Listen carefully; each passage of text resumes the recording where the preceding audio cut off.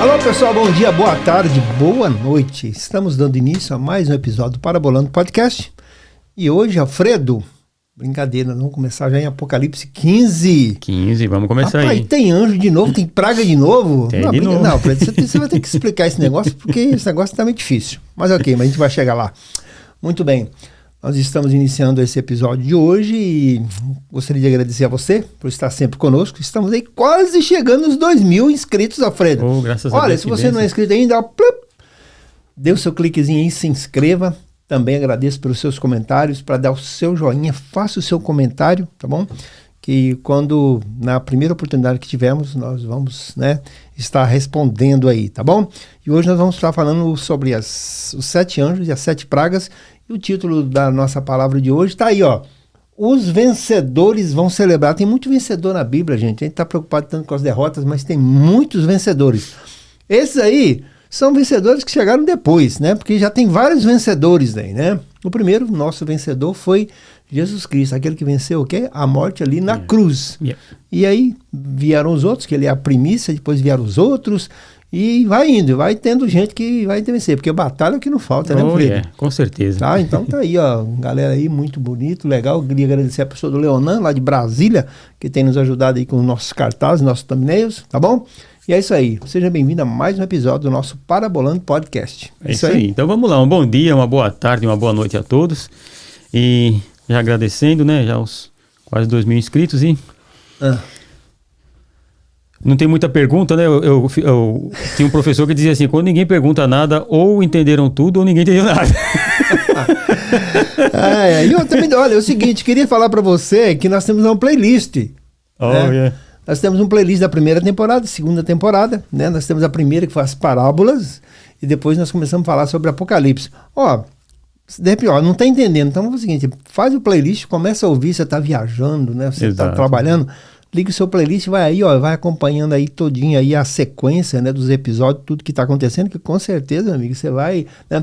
Você vai entender tudo, né? O Alfredo trouxe até um Novo Testamento aqui, né?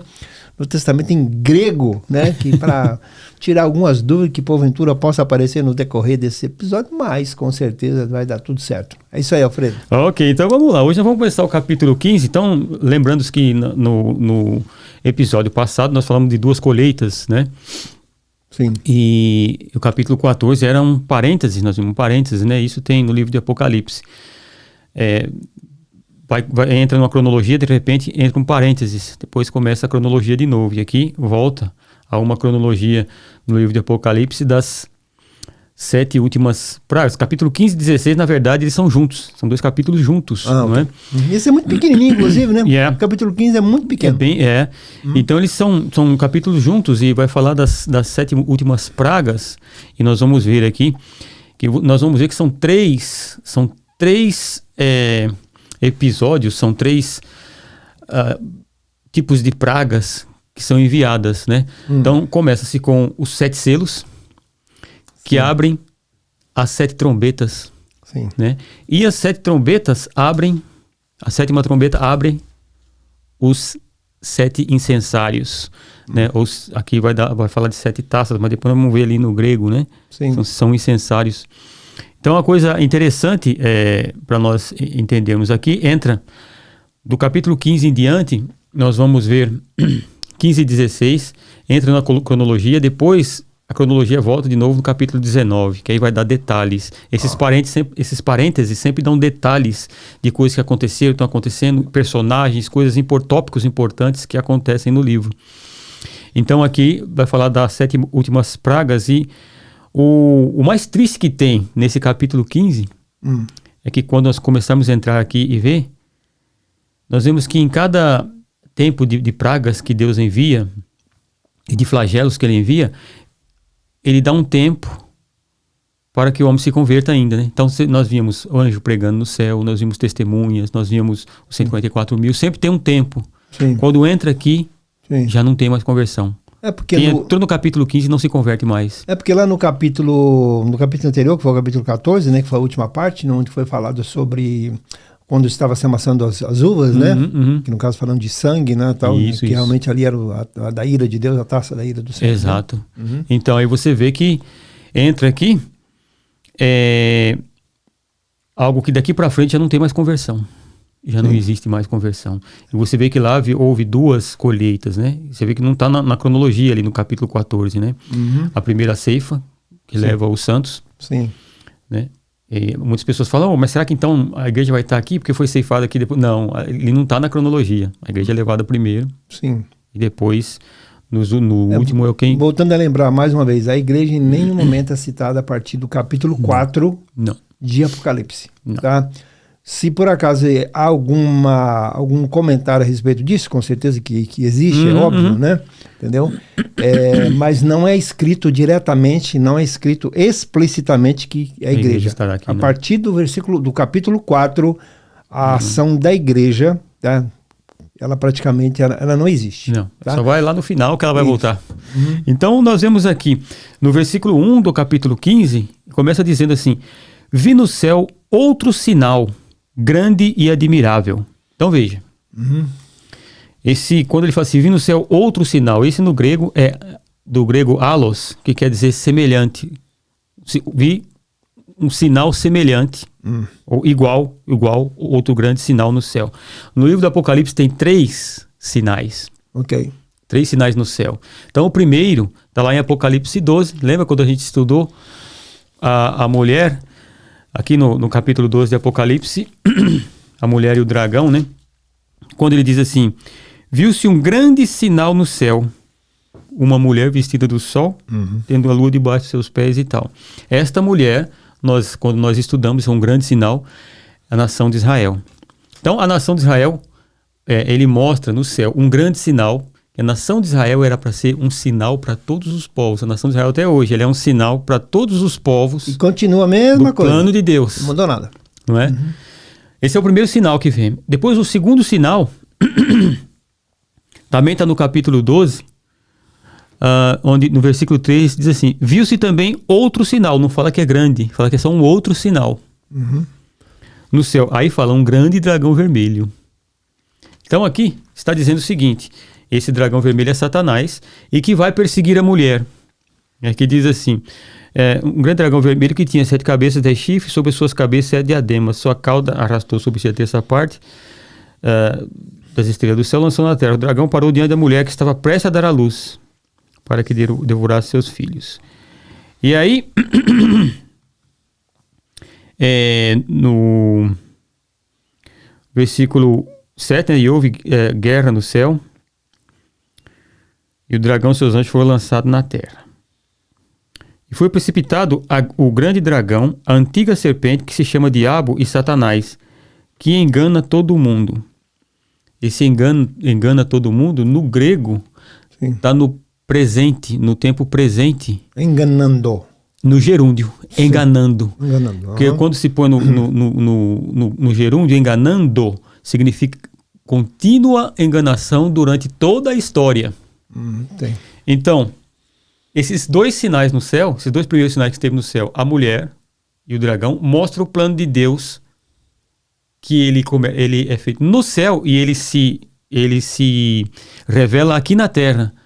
Israel, que é o sinal de Deus para as nações, para que fossem a receber o Cristo, e o dragão, que era o que ia continuar perseguindo e enganando, fala assim, enganando todos os povos. Sim. Que são as duas partes, né? Então, o dragão que continua enganando os povos, aqueles que não têm Cristo, aqueles que não têm Deus, eles continuam sendo enganados. Então, o sistema do mundo ele é enganado pelo dragão, por Satanás, pelo diabo.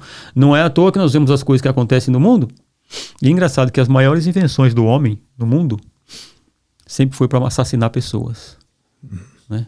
Quando o homem cria espada, para que é? Quando o homem inventa armas, para que é? A internet que nós usamos hoje foi primeiro inventado pelo exército e usada pelo exército. Okay. Então, grandes invenções sempre para matar pessoas. Por quê? Quem está por trás disso? O dragão. Ele não engana, ele enganando no gerúndio, sempre enganando na história. Então, ele continua enganando e a mulher, sinal de Deus. São os 2 sinais. E aí ele fala, agora eu vi um outro sinal, o terceiro sinal no céu. Grande e admirável. Aí ele fala assim, 7 anjos que tinham as 7 últimas pragas, porque nelas é consumada a ira de Deus. Né? Então, nós vemos aqui no... Vou pegar aqui no grego, para a gente entender bem o que quer dizer essa palavra consumada é a ira de Deus. Capítulo 15 aqui de Apocalipse. É a mesma palavra que Jesus usa na cruz quando ele diz, está consumado. Né? Então, aqui no grego, no capítulo 15, né? Sim. Está escrito assim, escatas oti en ontas eteleson. Isso quer dizer final. Essa palavra eteleste significa o seguinte, pago por completo. É como quando você compra uma casa, te dá o recibo de pagamento. Sim, ok. Quitou, está quitado. Então, quando Jesus diz que está consumado, eteleste, significa o seguinte, pagou os nossos pecados. Aqui, quando diz está consumada a ira de Deus, eteleste, quer dizer o seguinte, é o final, a ira de Deus acabou, já não existe mais tempo de conversão. Acabou. Quem entra aqui nesse tempo aqui, já não se converte mais. Sim. Esses vão para o inferno. Né? Então acabou, agora a ira de Deus está consumada e é onde ele vai derramar como se dissesse, né, em palavras humanas, acabou a paciência de Deus com os homens agora é só ira mesmo. Okay. Já não vai ter mais tempo aqui. Muito onde bem. Vai haver anjo pregando, onde vai ver essas coisas. Muito bem, aqui logo tem um comentário aqui um título aqui na Bíblia que eu estou acessando aqui, está escrito assim, os remidos entoam o cântico de Moisés e o cântico do Cordeiro. Quem é que entoa um cântico de Moisés? Vamos lá, olha que coisa interessante. Versículo 2. E vi como que um mar de vidro misturado com fogo, e os que tinham vencido a besta e a sua imagem, e o número do seu nome, estavam em pé junto ao mar de vidro. Tinham harpas de Deus e cantavam o cântico de Moisés, servo de Deus, e o cântico do Cordeiro, dizendo. Então veja só, quando fala de mar de vidro, lembra o capítulo 4 lá de Apocalipse? Olha lá, vamos lá para o capítulo 4. Mar de vidro. Capítulo 4 de Apocalipse, versículo 6. Que desafio pro João, hein, rapaz? João não tava fácil não, né? Versículo 6 diz assim, também havia diante do trono como que parecido um mar de vidro, semelhante ao cristal, semelhante ao redor do trono. E um ao meio de cada lado, 4 seres viventes cheios de olhos por diante e por detrás. Então, olha só. João, quando vê o trono aqui, ele vê um mar como de vidro, parecendo vidro. Aqui é vidro misturado com fogo. Sim. Há uma diferença. A Bíblia sempre fala de mar como... Por que a Bíblia chama as nações de mar, a besta que saiu do mar? O mar com as suas ondas, com a sua revolta, que traz as sujeiras e que nunca para, ele está sempre agitado, o mar está sempre agitado, não é? Isso quer dizer a agitação do mundo, as coisas que vêm, que vão, que passam, que acontecem, o mundo vive em tribulação. O mar de vidro no céu, semelhante ao vidro, que ele olha, parece o vidro. Você olha quando você olha para a água e está aquele espelho, Sim. Aquela água que você olha no lago assim, água parada, parece aquele espelho. Sim. Então João fala assim, era semelhante ao vidro. Por quê? É a calma, a tranquilidade, a paz e o reino que nunca acaba e que não é violento como os reinos do mundo. É um reino perpétuo, de paz eterna. Esse é o mar de vidro lá. Aqui, esse mar de vidro ele é misturado com fogo. Porque quem está de pé aqui, misturado com fogo, e os que tinham vencido a besta são aqueles que tinham sido mortos pela besta, pelo anticristo, pelo falso profeta. Eles tinham sido mortos por ele. Então, quando se olha o mar, aquele mar calmo, olha fogo debaixo dele, porque diz, olha a tribulação que esses passaram e chegaram aqui. Uau. passaram por uma grande... Por isso que aqui é um povo diferente, não é igreja. Exatamente. Aqui, quem canta... Então, gente, quem é que canta o Cântico de Moisés? E aí está. E tinham harpas de Deus na mão, como nós vemos aqui, né? Uhum. E cantava o Cântico de Moisés, servo do Deus, e o Cântico do Cordeiro, dizendo. Então, isso daqui... Nós vamos ver mais para frente que tem um tabernáculo também, que fala tudo com o povo de Israel. Sim. Então eles cantavam o Cântico de Moisés. Quem canta o Cântico de Moisés é Canta judeu. O Cântico de Moisés é judeu. Essa aqui, então você vê que hoje não há diferença. Se um judeu se converte e se torna igreja, é um povo só. Mas havia diferença entre o povo de Deus, Israel, e os gentios. Não é? Na tribulação haverá diferença. O povo de Deus e os gentios. De novo. E aqui você vai ver esse povo que venceu a besta, que era o povo que estava ali, Israel, sendo perseguido, mortos. Também haverá também gentios, mas aqui, o foco aqui é nos israelitas, porque diz assim, eles cantavam o Cântico de Moisés, servo de Deus. Cântico de Moisés porque quem deu a lei para os judeus foi Moisés, não é? Então eles cantavam o cântico dele, e o Cântico do Cordeiro dizendo... Grandes e maravilhosas são as tuas obras, ó Senhor, Deus Todo-Poderoso. Justos e verdadeiros são os teus caminhos, ó Reis dos séculos. Quem não temerá, ó Senhor, e não glorificará o teu nome? Pois só tu és santo.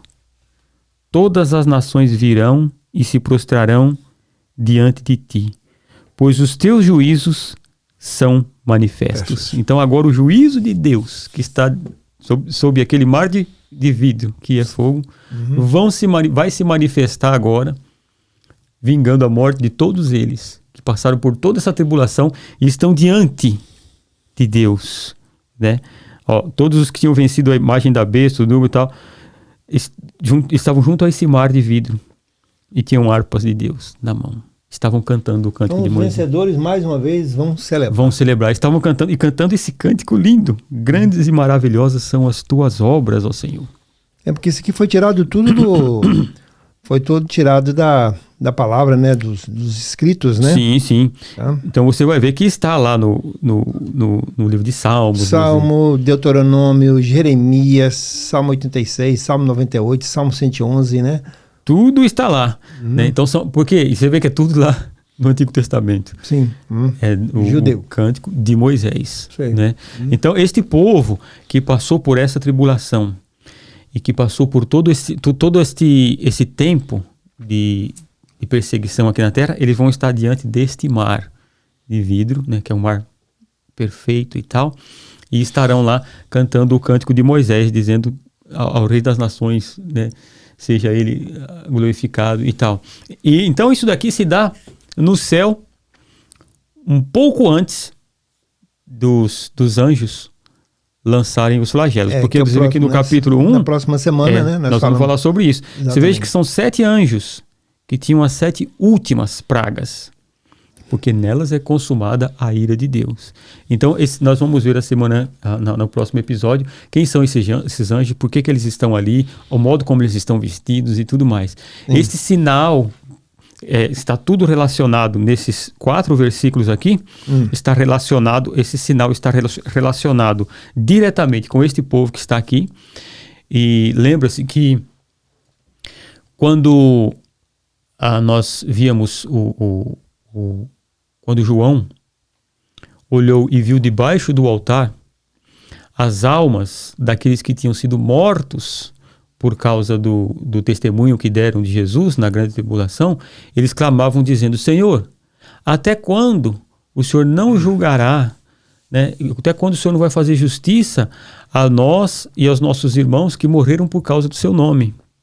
E aí foram-lhes dadas vestes brancas e dito para eles: aguardem um pouco, até que se cumpra, né, o número daqueles que ainda hão de ser mortos por causa do testemunho que eles vão dar.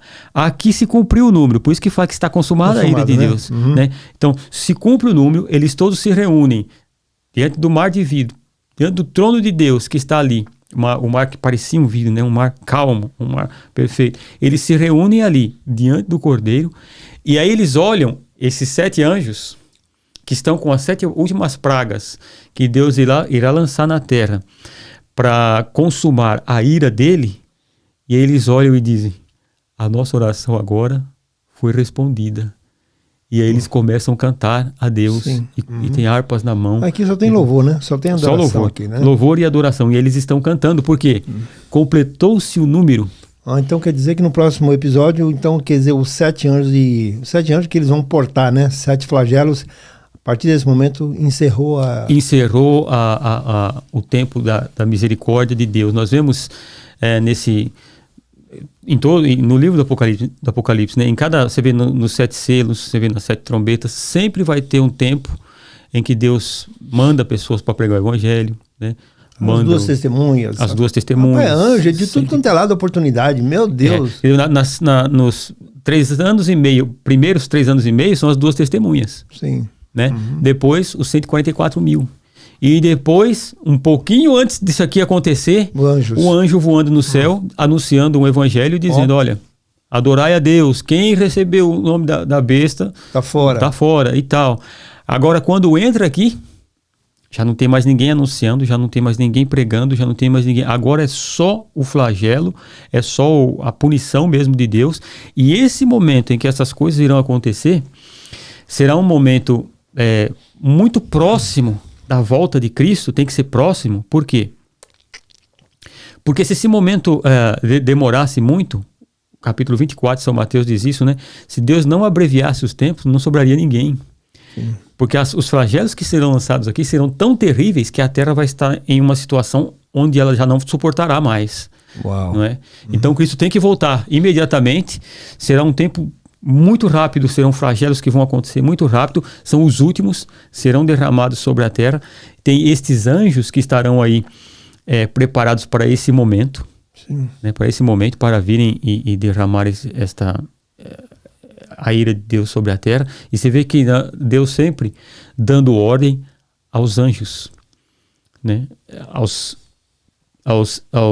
arcanjos, aos serafins, aos querubins, sempre dependendo da hierarquia do anjo que estiver ali, é o que ele vai exercer aqui durante este período. Aqui não está dizendo, né, qual é a classe, mas com certeza são anjos que têm nas mãos, né, o final dessa história. Dessa história. Né? Então, esses anjos estão, neste momento, eles estão com o Senhor no céu, somente esperando o momento para se dar a ordem. Porque você vê que na semana passada nós vimos falando sobre o anjo que tinha poder sobre o fogo, né? Sim. Né? Que depois nós vamos ver que o anjo que tem poder sobre as águas. Sim. Uau. Então, existem no céu, sempre acontece no céu, começa-se o plano, começa-se no céu para ele ser feito aqui na terra. Ele começa lá e ele termina aqui na terra, o plano de Deus. Começa lá. Por isso que o sinal é dado no céu, porque isso vem de Deus, é o plano de Deus na terra. Então, esses sinais e essas coisas que acontecem começam lá. E depois vem aqui. Então aqui conta-se toda a história da humanidade, por todos os tempos. Você veja que o sinal da mulher e o sinal do dragão fala da história das nações. Né? O dragão tinha 7 cabeças e 10 chifres. Não é? Vê a história dos povos que estão ali, dos povos que dominaram Israel. Conta a história de toda a humanidade, mas são sinais que são feitos primeiro no céu e a história já está contada. E não tem como o homem interferir nisso. Não é? Então muitas pessoas olham a história, vê o que está acontecendo no mundo, vê as coisas que estão acontecendo no nosso tempo agora, e as pessoas falam, e como nós vamos fazer para reverter isso? Não tem como reverter. Quando você compra um livro, você compra um livro de literatura, ou qualquer livro que tem, você vai lendo o livro, você vai lendo os capítulos. Você tem um livro na sua mão, né? Você tem um livro. Vamos supor que fosse um livro aí, né? Você está lendo o livro. Você tá bom, você está lendo Don Quixote, tô lendo lá. Sim. Sancho Panza. E você vai vendo lá. Você não tem como mudar aquela história porque já está escrita. Sei. O autor já escreveu, você não tem como mudar. Ele fala assim, não, vou mudar aqui, o Don Quixote não vai ser assim. Você não tem como mudar. Como é que, você vai só saber da história. Como é que a expressão um dia que eu vi um dia desse? Não, vou revisar, como é que é? Enfim, uma palavra, vou revisar, vou reconstitucionalizar, enfim, né? Mas não, o final é esse. O final é esse. Então quando você lê uma história. Qualquer história que você lê do livro, tem lá no prefácio, tem dizendo do que o livro fala, a respeito do que é, não é? Pode ser de 50 mil páginas. Ela tá lá as páginas, mas você não tem como mudar, porque o autor já escreveu e já pôs o fim. Então, o fim do livro, tem livro que você lê, chega e diz, pô, queria que fosse diferente o final, mas você não tem como mudar, porque o final é aquele. Né? Você tem só que ler e falar, bom, legal. Assim, a história da humanidade, nossa história, a história da humanidade já foi escrita. Nós não temos como mudar. E aonde ela foi escrita? Está aqui. A palavra de Deus, né? As coisas que estão escritas, que estão ditas que vão acontecer, acontecerão, e nós não podemos fazer nada para mudar. O que eu vou fazer para mudar isso daqui? Para que essas pragas não venham? Eu vou orar, eu vou pedir a Deus? Não vai adiantar nada. Muita gente fala assim, eu não acredito que Jesus vai voltar. Isso não depende de fé. Não. Se acreditando ou não, ele vai vir. Ele voltará, né? Então as pessoas dizem assim, eu não acredito que Jesus vai voltar, não. Ok. Não vai mudar em nada a história. Eu não acredito que o Mar Vermelho abriu. Não vai mudar em nada a história. Não acredito que Jesus ressuscitou. Não tem problema nenhum. Não muda, isso não muda a história, né? Então, acontecimentos que já estão pré-determinados por Deus, eles não mudam. Assim como eu não posso voltar no passado e mudar, eu não posso ir no futuro e mudar, não posso fazer nada, porque Deus já determinou que essas coisas acontecerão. E esses anjos virão para lançar essas pragas. Mas e se eu pedir a Deus, se toda a igreja se reunir e orar para que isso não aconteça? Não vai adiantar nada. Porque está escrito que vai acontecer. A oração vai mudar eu, né? Vai me mudar, então, né? O que acontece aqui é o seguinte, por que nós devemos conhecer a palavra de Deus para orar? Para orar segundo o que diz a palavra de Deus. Exatamente. Então nós vamos orar diferente, orar coisas que Deus nunca mandou nós orarmos. Não é? Orais, pedis, não recebeis? Porque vocês pedem mal, você não sabe o que está escrito aqui. Então, isto irá acontecer, né? João teve essa visão, João viu essas coisas no céu, e aqui é o último tempo. Não tem como essas pessoas que estão... E essas pessoas que estão lá no final, que vão se perder para sempre, o que nós podemos fazer por elas? Nada. Porque o autor já escreveu, já deu o fim delas. Então, pronto. Meu amigo. Então, é isso aí, ó. Então, próxima semana que vem... Essa foi boa, né? Próxima semana que vem, não. É na próxima semana, tá? Nós vamos estar falando aí sobre os últimos 7 anjos com seus 7 flagelos, né? Calamidade, seja qual o nome que for, tá bom? E agradecemos você por estar mais uma vez com a gente, sabendo que sempre o vencedor vai celebrar. De repente você está achando que a sua vitória está demorando, de repente você está achando que ainda não chegou ainda, você pode ficar tranquilo. Como está escrito no Apocalipse lá no 3, né? Quando Jesus escreve as cartas ali para as igrejas, ele sempre diz, ao vencedor, tá? Gente, ao vencedor não significa que você vai ser o primeiro, significa você que vai chegar até o final e vai cruzar a linha. Alguns vão cruzar a linha no começo, outros vão cruzar a linha... Já ali no... Olha, teve um que já cruzou a linha, Jesus Cristo. Ele já cruzou essa linha, ele foi o primeiro. Depois vem outros que vão cruzando, né? Tem a igreja, tem o povo que vai estar aqui, tem as nações, tem Israel. Então, sempre, né? Não é questão de ser o primeiro, é a questão de chegar até o final. Chegar até o final. Chegar até o final. Esse é que é o ponto. Às vezes a gente começa tantas coisas e não termina, tá? Quero dizer para você, o vencedor, aqueles que têm principalmente mania de perfeccionismo, que querem ser tão perfeitos que não fazem. Não vai fazer. Não fazem. Não fazem. Tá? Eu quero assim, tem que ser assim, que eu sou perfeccionista. Normalmente o perfeccionista, ele sofre muito e muitas vezes no desejo de acertar, de fazer 100%, ele não faz. Não faz, ele acaba parando porque o mundo não é perfeito. Não é, então. Então, muito bem. Então é isso aí que eu quero dizer para você. Não sei em qual fase que você está, mas quero dizer para você que os vencedores sempre vão celebrar.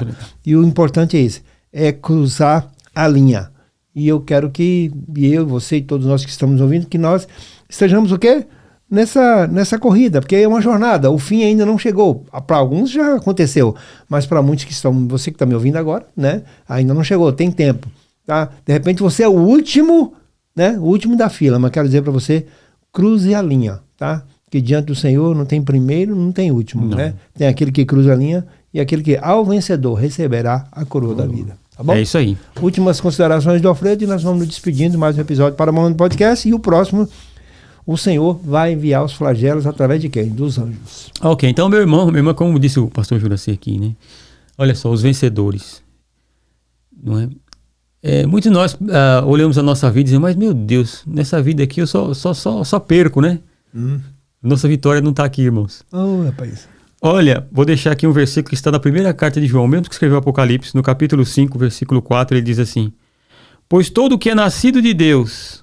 1 João? 1 João, capítulo 5, versículo 4, ele diz assim: pois todo o que é nascido de Deus, isto é eu e você, que um dia recebemos a Cristo, todo o que é nascido de Deus vence o mundo. Esta é a vitória que vence o mundo. A nossa fé. Pronto. Uhum. E o próximo está dizendo, e quem é que vence o mundo senão aquele que crê ser Jesus, o Filho de Deus? Você crê que Jesus Cristo é o Filho de Deus? Então você já é um vencedor, já venceu o mundo, vai cantar o canto da vitória com Jesus Cristo no céu. Sempre, tá bom? Então, Amém. Muito obrigado mais uma vez por estar conosco e nos vemos até o próximo episódio do Parabolando Podcast. Tchau, tchau. Tchau, bye, bye.